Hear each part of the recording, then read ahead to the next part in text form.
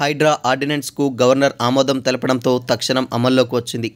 Hydraa కూల్చివేతలపై stay ఉత్తర్వులు ఇవ్వాలంటూ దాఖలైన పిటిషన్లను విచారించిన హైకోర్టు అందుకు సమ్మతించని సమయంలోనే ఆర్డినెన్స్కు రాజ్భవన్ ఆమోదముద్ర పడడం గమనార్హం. హైడ్రా వ్యవస్థకు చట్టబద్ధత లేదంటూ విపక్షాల నేతలు విమర్శలు చేస్తుండడం, హైకోర్టులో దాఖలైన పిటిషన్లలో పలువురు పేర్కొన్న సమయంలోనే ఆర్డినెన్స్ను రాష్ట్ర ప్రభుత్వం గెజిట్ రూపంలో విడుదల చేయడం విశేషం.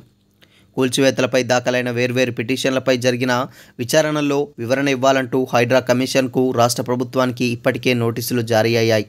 తదుపరి విచారణ ఈ నెల 14న జరగనుందన్న ఆర్డినెన్స్ విషయమై హైకోర్టుకు అడ్వకేట్ జనరల్ వివరించే అవకాశం ఉన్నది. తక్షణం అమల్లోకి వస్తున్నట్లు గవర్నర్ ఆ ఆర్డినెన్స్లో పేర్కొనడంతో ఈ నెల 3వ తేదీన గెజిట్ విడుదలైన తేదీ నుంచే ఉనికిలో ఉన్నట్లయింది.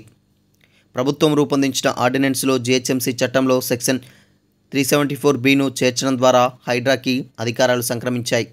వాటర్ బాడీస్తో పాటు గ్రీనరీ, పబ్లిక్ స్థలాలు, కమ్యూనిటీ భవనాలు, రోడ్లు, ఫుట్పాత్లు, పార్కులు, ట్రైన్లను పరిరక్షించడం, అన్యక్రాంతం కాకుండా కాపాడడం ఈ ప్రత్యేక ఏజెన్సీ బాధ్యతలు.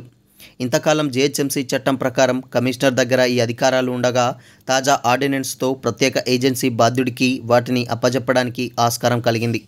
ప్రస్తుతం అసెంబ్లీ సెషన్ లైవ్లో లేనందున ఆర్డినెన్స్ను రూపొందించినట్లు గవర్నర్కు పంపిన నివేదికలో రాష్ట్ర ప్రభుత్వం పేర్కొన్నది. జీహెచ్ఎంసీ చట్టంలో సవరణ ఎందుకు చేయాల్సి వస్తున్నదనో కూడా ఆర్డినెన్స్లో ప్రభుత్వం వివరణ ఇచ్చింది. ఈ ఆర్డినెన్స్కు గవర్నర్ ఆమోదం తెలపడంతో రానున్న 6 నెలల వ్యవధిలో అసెంబ్లీలో బిల్లు రూపంలో చర్చకు పెట్టి ప్రభుత్వం ఆమోదం పొందడం తప్పనిసరిగా మారింది. 374(b) పేరుతో కొత్తగా చేరే క్లాజ్తో disaster response and protection of public properties అనే స్పెషల్ ఏజెన్సీకి ప్రభుత్వ స్థలాల పరిరక్షణతో పాటు నీటి వనరులను ఆక్రమించిన కట్టడాలను తొలగించే అధికారం దక్కనున్నది. HYDRAA disaster response and protection of public సర్వీస్లో హైడ్రాలో హైదరాబాద్ అనే పదం మినహా మిగిలినంతా ఆర్డినెన్స్లో చోటు చేసుకున్నది.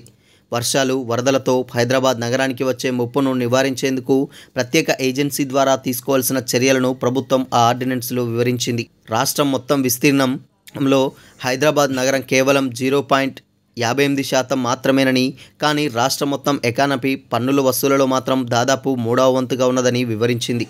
ఇంతటి ప్రాధాన్యత ఉన్న హైదరాబాద్ నగరాన్ని, ఇక్కడ జీవిస్తున్న 1 కోటి మందికి పైగా జనాన్ని ప్రకృతి వైపరీత్యాలు, వరదల నుంచి రక్షించడానికి అన్యక్రాంతం చేసిన ప్రభుత్వ భూములను, చెరువుల కబ్జాలను తొలగించాల్సిన అవసరం ఉన్నట్లు పేర్కొన్నది.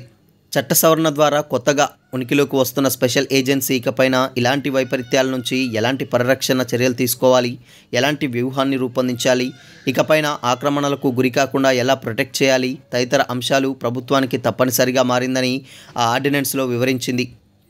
ఫార్చ్యూన్ 500 కంపెనీల్లో కీలకమైన ఫార్మా, బయోటెక్నాలజీ, ఇన్ఫర్మేషన్ టెక్నాలజీ, దాని అనుబంధ సర్వీసులు ఇలాంటివన్నీ హైదరాబాద్ నగరాన్ని ఒక గమ్యస్థానంగా భావిస్తున్నాయని, ఇలాంటి పరిస్థితుల్లో నీటిని కాపాడుకోవడం, వాణిజ్య కార్యకలాపాలకు ఇబ్బంది లేకుండా చూడటం ప్రభుత్వ బాధ్యత అని, అందువలనే జీహెచ్ఎంసీ చట్ట సవరణ ద్వారా ప్రత్యేక ఏజెన్సీని రూపొందించాల్సిన అవసరం ఏర్పడిందని రాష్ట్ర ప్రభుత్వం ఆ ఆర్డినెన్స్లో వివరించింది.